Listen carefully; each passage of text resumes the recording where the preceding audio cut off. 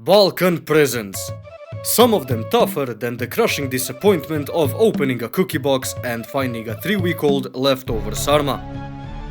From Bulgaria's central prison in Sofia to Bosnia's infamous KPZ Zenica, the Balkans offer something for everyone to enjoy.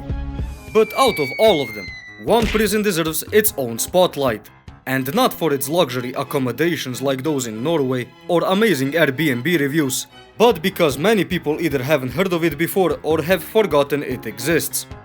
To be fair to them, it's been closed for decades now, so I understand. Ladies and gentlemen, I present to you Goli Otok, an island paradise that provides you with luxury of building your own rust base from all the rocks around you. Before we jump into more juicier details, let's first cover some basics about the island.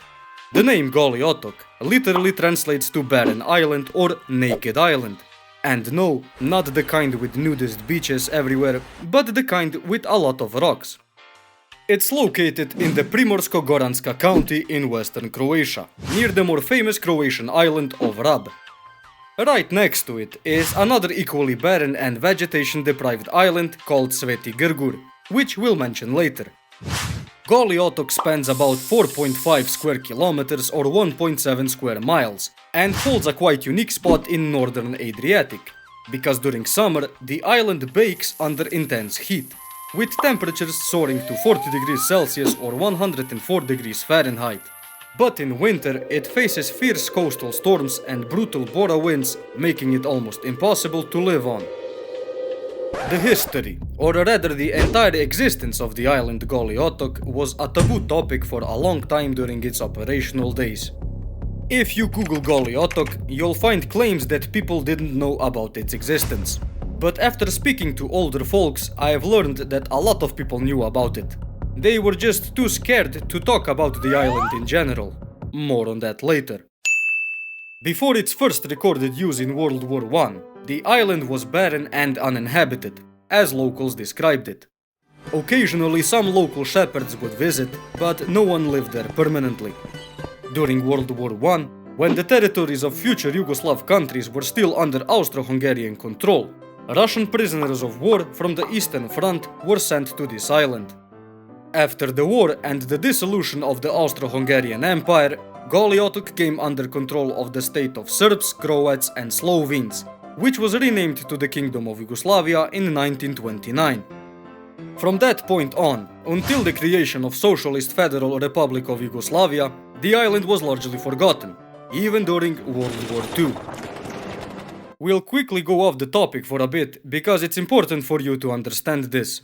After the establishment of Federal People's Republic of Yugoslavia in 1945, the country closely modeled itself after the Soviet Union, even earning a nickname, the Soviet Satellite Number 1. However, tensions between Yugoslavia and the Soviet Union began to rise when Tito proposed incorporating Albania, and maybe even Bulgaria, into Yugoslavia, while also supporting communists in Greece.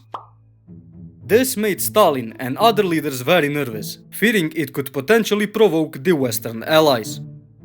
By the 1948 Cominform meeting, things have reached a boiling point. At the meeting, Stalin and other communist leaders heavily criticized Tito for not adhering to Marxist-Stalinist principles. What is a Cominform, you may ask? It was an organization created in 1947 to unify and control communist states of Europe, primarily under the USSR. Its headquarters were in Belgrade, Serbia, which is the ironic part because Tito didn't even attend the meeting in his own capital. He wanted to carve his own path with socialism and also laid the groundwork for the non-alignment movement, which later included countries like India, Egypt, Indonesia and Ghana. As I mentioned, Tito wanted to incorporate Albania and Bulgaria into Yugoslavia as well, or some sort of Balkan Union. But after that meeting in 1948, this idea of some kind of Balkan Union sank like a rock. Yugoslavia was even banned from the organization. Now you may ask, what does this have to do with the island? Well, to put it simply, the 1948 Belgrade fallout between Tito and Stalin led directly to the establishment of the labor camp on Goli Otok. Oh, let's go! That's class! But wait, if Yugoslavia was now independent and no longer aligned with anyone, why did they even need a labor camp? Tito was concerned, or rather terrified, that Stalin supporters and Tito haters lurked among his government officials and public employees.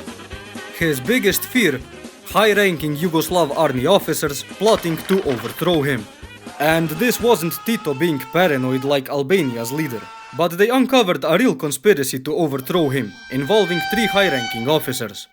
Probably more, but sources are very scarce. These 3 officers then tried fleeing to Romania, but were caught at the border. One was executed and the other 2 received long prison sentences. In the aftermath, anyone with similar political stance was swiftly arrested, convicted of supporting the Cominform and labeled as Stalinist. For about a year, these so-called traitors were put into already existing prisons in the country, but by 1949, Goli Otok labor camp was officially up and running. After conviction, most prisoners were sentenced to community service, and not the clean-up trash in the park kind. In this case, this meant being shipped off to Goli Otok. Shortly after sentencing, prisoners were transported in complete secret, firstly by train to the port, then by boat to the island. The very first prisoners, who arrived on July 9, 1949, were tasked with constructing the island's first buildings, because, as I've already said, it was completely empty. During the Cominform period, 4 labor camps were built, 3 for men and 1 for women, although that one operated for only a year. In addition to that, 2 labor camps were built for women on the neighboring island of Sveti Grgur. By 1951, a quarantine facility was built to prevent the spread of diseases and to introduce prisoners to the camp's policies. New inmates had to spend 1 month in that quarantine upon arrival and another month before their release, to avoid bringing any diseases back to the mainland. The camp's official purpose was re-education, or in other words, being tortured, beat up, humiliated and forced to work in the island's stone quarry and mine. The torment began as soon as prisoners set foot on the island. Upon their arrival, they were welcomed by other inmates, who formed a human passageway or a corridor of some kind. The newcomers were forced to run through this corridor while being punched, spat on, and otherwise assaulted in some kind of initiation ritual. Snitching became a survival tactic, with inmates being forced into betraying each other. Women, imprisoned for the same alleged reasons as men, endured the same treatment. However, in this case, some women were imprisoned simply because they were married to the male convicts on Goli Otok. Over time, some small industrial facilities were established on the island, where prisoners manufactured furniture, wall tiles, and even conducted small ship repairs. The profit, of course, went straight into the pockets of the guards. But because the main activity on the island was stone quarrying, they used that as an excuse to rebrand it as the Marble Labor Camp. As if life on the island wasn't already horrific, the worst punishment awaited those labeled as the biggest opponents of Tito. The ultimate nightmare awaited them on Worksite 101, better known as Petrova Rupa or Peter's Hole. This abandoned mine, or as I like to call it, a very big hole, was located in isolation from the rest of the island, while being surrounded by walls and barbed wire. Inside the hole, makeshift barracks housed prisoners. The punishments here were particularly brutal. Endless pointless tasks like carrying rocks back and forth, and enduring relentless humiliation and physical violence. Inmates were forced to confess their mistakes, and later their confessions were even published in the media. What made things worse is the island's lack of infrastructure. With no natural water sources, all water had to be transported by boat. According to tour guides that worked there, each prisoner was rationed only about half a liter of water a day, and just 1 meal. In 1952, a water container was finally built to collect rainwater for the island's gardens. When Stalin died in 1953, the Soviet Union began to change, with Nikita Khrushchev initiating the process of de-Stalinization. These changes also affected the labor camp on Goli Otok. Initially a facility for housing political prisoners, it underwent a transformation in 1956, being converted into a prison for delinquents and criminals, plus of course people from before. It was renamed into RAB, Goli Otok Penitentiary Correctional Facility. It operated like that until its closure in 1988, and after that the island was abandoned again, although some guided tours of the island are available today. The labor camp island has picked up quite a few nicknames over the years. Some call it the Croatian Alcatraz, while others referred to it as Yugoslavia's best kept secret. It earned the latter nickname because prisoners were forced to sign documents swearing to stay silent about their experiences, not just publicly, but to their families as well. The average sentence was around 2 years, give or take. Once the camp deemed the individual was re-educated or tormented for life, the prisoners were released, but only after agreeing to work with Yugoslavia's secret police. Even after release, prisoners faced harsh reality. They were labeled as traitors and often blacklisted from finding jobs.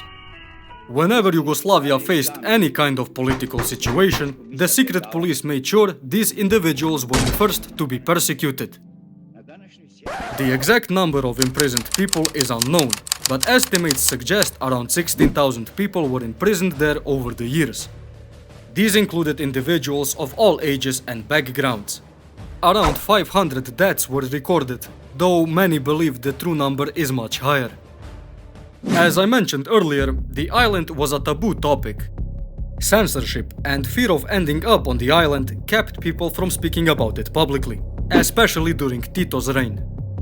There were some attempts to break the silence, such as the 1968 novel Kad su cvetale tikve by Serbian author Dragoslav Mihajlović, which made a couple of theater performances but was quickly shut down. The real shift came after Tito's death in 1980. Many writers have been waiting for this moment to finally publish works referencing Goli Otok, like Antonije Isaković and his book called Tren. Over the next decade, more books, films and other creative works about the island emerged. However, the official testimonies from former prisoners didn't surface publicly until after the breakup of Yugoslavia and the collapse of the communist regime. Afterward, some Yugoslav states formed groups of ex-prisoners of the island. These groups primarily focused on sharing their experiences on the island and preserving that dark period of history. This was pretty interesting, huh? Now, I hope you enjoyed, and if you want more videos like this in the future, leave a like or subscribe. But until then, as always, stay safe, stay educated, and until next time, boys! Куда вас только стоит?